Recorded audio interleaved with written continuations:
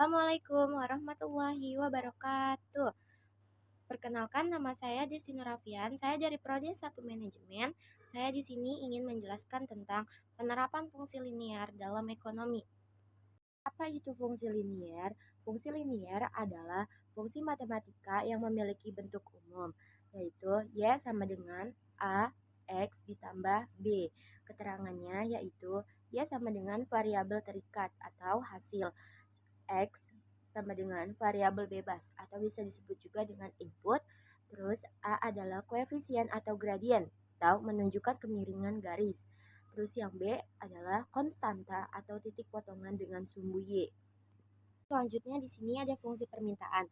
Fungsi permintaan adalah hubungan matematika yang menunjukkan bagaimana jumlah barang yang diminta konsumen dipengaruhi oleh harga barang tersebut atau bisa juga disebut dengan P. Dengan kata lain, fungsi permintaan menggambarkan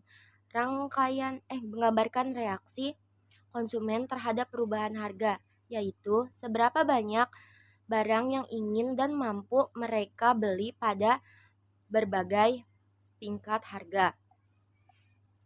Di sini juga ada bentuk fungsi permintaan, yaitu QD sama dengan A dikurang BP. Keterangannya yaitu jumlah barang yang diminta atau harga barang. Jumlah permintaan maksimum yaitu harga saat harga. Nah, selanjutnya, angka yang menunjukkan penurunan permintaan setiap kali harga naik satu satuan. Selanjutnya, di sini ada grafik fungsi permintaan. Sumbu X yaitu bisa juga disebut dengan horizontal, yaitu jumlah barang atau bisa disebut juga dengan Q. Sumbu Y yaitu vertikal, yaitu harga barang atau P. Garisnya miring ke bawah dari kiri atas ke kanan bawah. Artinya, semakin tinggi harga, semakin sedikit jumlah barang yang diminta.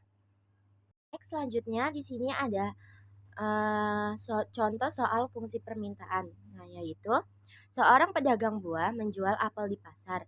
Ketika harga apel 5.000 per kilo, pedagang tersebut bersedia menawar dengan 20 kilo apel. Namun, saat harga menjadi 7.000 per kilo, jumlah apel yang ditawarkan meningkat menjadi 60 kilo. Nah, penyelesaiannya yaitu P, P1 sama dengan 5.000 atau dengan Q1-nya sama dengan 20. Nah, P2-nya yaitu 7.000 atau Q2-nya bisa juga disebut juga dengan 60. Nah, Q sama dengan Q2 dikurang Q1 per P2 ditambah P1 sama dengan 60 dikurang 20 per 7.000 dikurang 5.000. Artinya sama dengan 40 per 2.000 sama dengan 0,02. 20A sama dengan 0,02 atau bisa juga dengan disebut dengan 5.000. 20 sama dengan A sama A ditambah 100 sama dengan A sama dengan minus 80. QS-nya yaitu minus 80 ditambah 0,02P. Bisa juga dengan disebut QS-nya yaitu sama dengan minus 80 ditambah 0,02. Hasilnya yaitu 8.000. Next, selanjutnya di sini ada fungsi penawaran. Fungsi penawaran adalah hubungan matematika antara harga suatu barang dengan jumlah barang yang ditawarkan oleh produsen. Hukum penawarannya yaitu apabila harga suatu barang naik, maka jumlah barang yang ditawarkan akan meningkat. Sebaliknya, apabila harga barang turun, maka jumlah barang yang ditawarkan akan menurun. Atau bisa juga dengan disebut dengan asumsi faktor-faktor lain tetap, yaitu ceteris paribus. Di sini ada grafik fungsi penawaran, yaitu visual. Visual adalah grafik garis naik dari kiri bawah ke kanan atas. Sumbu Y bisa juga disebut dengan harga atau P.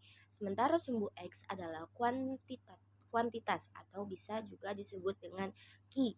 Keterangan grafiknya yaitu titik potong sumbu P saat Q dikurang Q yaitu kemiringan atau juga bisa juga disebut dengan slope, yaitu positif sama dengan plus B. selanjutnya di sini ada contoh soal fungsi penawaran, yaitu sebuah pabrik tahu adalah unit, bungkus, atau per minggu. Hitung jika harga Rp1.000 per bungkus. Penyelesaiannya yaitu P sama dengan 10, QS-nya yaitu minus 10 ditambah 3 dikali 10 sama dengan 3 dikali 10 sama dengan 30. Jadi QS-nya yaitu minus 10 ditambah 30 sama dengan 20. Jadi pada harga 10.000 jumlah yang ditawarkan adalah 20, jadi 20.000 per bungkus atau juga bisa disebut dengan 20.000 per minggu. Nah, yang terakhir itu ada kesimpulan. Jadi, kesimpulan dari penerapan fungsi linier dalam ekonomi yaitu membantu memahami hubungan ekonomi seperti harga dan jumlah barang.